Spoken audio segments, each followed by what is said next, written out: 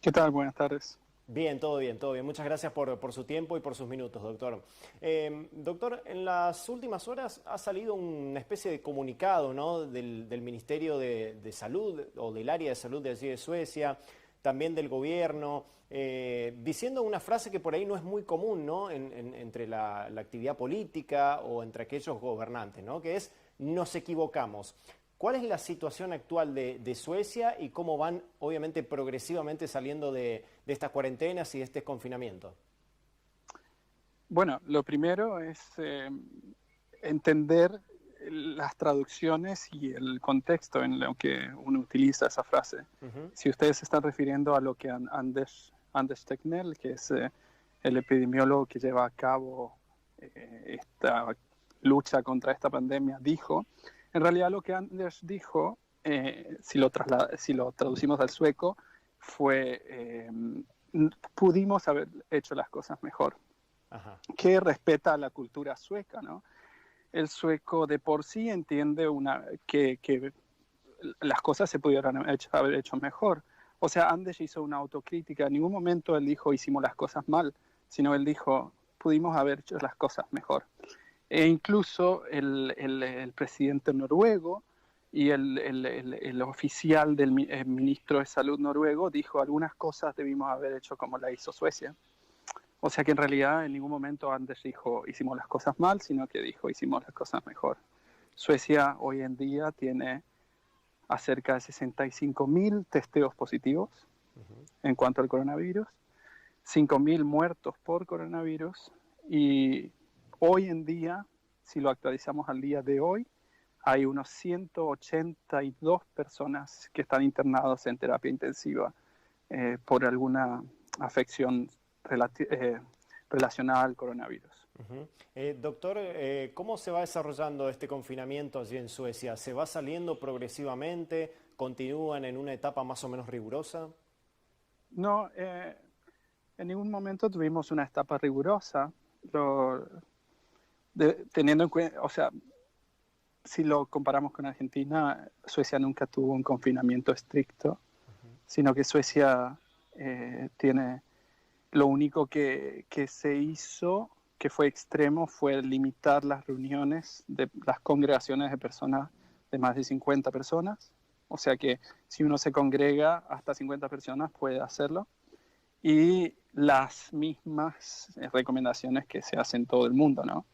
Taparse la boca cuando uno estornuda, si tenés fiebre, quédate en la casa. Eh, pero amén de eso, las actividades siguen como siempre, como siempre, excepto las escuelas secundarias y las universidades que tienen clases digitales. Pero las primarias y los jardines están abiertos. Incluso mis dos hijos, uno de 3 y uno de 6 años, van al jardín y mi esposa, que es profesora, enseña en la escuela común y corriente. Ujú. Imagino, Sí. doctor, bueno, la cultura del sueco, ¿no? Acompaña mucho más a lo que son poder cumplir con estos protocolos y estas medidas, ¿no? Por ahí un poco más que en Latinoamérica, ¿no? Sí, incluso hoy, justamente hoy leía un estudio donde hablaban de la demografía sueca y ellos daban que el mayor número de infectados tiene una descendencia inmigrante en Ah, mira. Suecia Ajá. y que la mortalidad aumenta si la persona es inmigrante, si la persona es mayor de edad y si la persona tiene bajos recursos. Así que sí, el sueco de por sí con alto recurso tiene menor tasa de mortalidad. Claro, es decir que el sueco nativo, ¿no? Es, o de ya de varias generaciones, ¿no? Allí en ese país, tiene una cultura que se adaptó muchísimo más a estos protocolos, ¿no? Exactamente, exactamente. Y teniendo en cuenta que Suecia casi no tiene analfabetismo, logró que las personas puedan respetar más las distancias, por ejemplo. Ujú. Doctor, usted está en un prestigioso instituto allí como investigador en Suecia. ¿En qué se viene trabajando en estos momentos, ya sea relacionado al coronavirus o relacionado, por ejemplo, a otras patologías?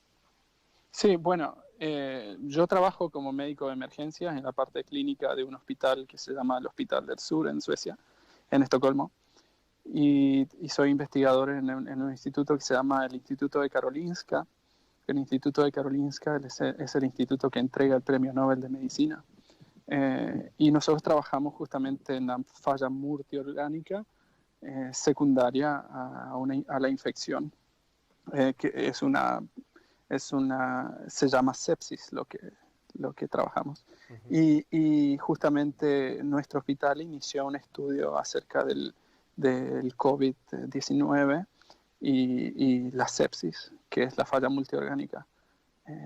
Es eso lo que hacemos actualmente. Ujú. Si bien ese estudio no es mío, pero yo soy parte del equipo que contribuye a ese estudio. Claro. ¿Y Sí. qué pudieron encontrar o qué pudieron hallar, ¿no? En esas investigaciones o en esas fallas multiorgánicas, ¿no? Que obviamente son desencadenadas por este COVID? ¿Algo que ya se venía previendo, algo que se veía en otros países anteriormente o algún patrón nuevo que hayan podido visualizar de eso? Bueno, lo que más se encontró hasta ahora, si bien no publicamos el estudio, es que el COVID puede ocasionar pequeños o sea, microembolias, se llaman Ujú. en español, eh, que se diseminan a lo largo de todo el cuerpo, tapan los vasos sanguíneos periféricos y generan la muerte de los tejidos, por ejemplo, del riñón o del hígado, ¿no? Generando las complicaciones secundarias. Por ejemplo, el infarto cardíaco, justamente por estas microembolias. Eso es lo que pudimos hasta ahora demostrar, pero no lo publicamos. Claro, está bien, está bien. Mm, Doctor, sí. ¿cómo tiene algunas, o sigue mirando algunas veces lo que son las noticias de nuestro país? ¿Viene siguiendo cómo se desarrolla esta cuarentena en Argentina, las medidas que se van tomando? Sí, bueno, o sea, tengo mi madre, mi mamá, mis hermanos viviendo en Buenos Aires. Tengo parientes viviendo en Resistencia. Una prima muy querida mía con mi tía viviendo justamente en el barrio Villa Río Negro, ahí de Resistencia. Y ella trabaja de peluquera y me contaba que no está pudiendo trabajar. O sea que es obviamente que yo sigo la situación de mi país Ujú. muy cercano. Me preocupa mucho lo que ocurre con mis familiares directos, ¿no? Claro. Eh, E incluso tengo un chaqueño viviendo en mi casa porque el chico se quedó sin trabajo y su visa se le terminó y no puede volver al país porque no le ayudan con los vuelos de repatriación. O sea que lo traje a vivir con nosotros. Ah, mirá vos, ¿es oriundo de Sí, Resistencia el chico o de qué parte es? sí, no, el chico de Sobrino de Resistencia vino a trabajar con un Work and Travel Ujú. y era amigo de mi hermana y se tuvo que quedar, está ahora en mi casa porque no tiene dónde ir, Ujú. justamente porque no consigue vuelos para volver a Argentina. O Claro. sea que la situación de Argentina hoy en día me preocupa un montón y obviamente que la situación de mi provincia y mi ciudad, ¿no? Ujú. Doctor, le hago la última pregunta. La Organización Mundial de la Salud está puesto o ha puesto, ¿no?, una mirada especial sobre lo que es la situación del COVID en Latinoamérica. Digo, en Europa, en los países de Europa del Norte, ¿no? ¿Se va hablando también un poco de lo que está pasando en esta parte del mundo? Eh, sí, y ponen lamentablemente Latinoamérica y Sudamérica, y en especial Argentina, lo ponen como un ejemplo, por lo menos en mi país, un ejemplo bastante paupérrimo, justamente por llevar una cuarentena tan larga y ellos ponen como un nivel de corrupción alto que está ocasionando este tipo de cuarentena alargada y elevada que Ujú. ellos tienen. Eh, unos, unas personas me dijeron que Suecia es criticado por el número de muertes que tiene por coronavirus hoy en día, eh, pero, pero el nivel de muertes a 10 años que puede causar la pobreza y este confinamiento tan alargado podría ser mucho más devastador. que lo que el coronavirus podría generar. Claro. Es eso justamente la crítica que se le está dando, sobre todo a nuestro país hoy en día, ¿no?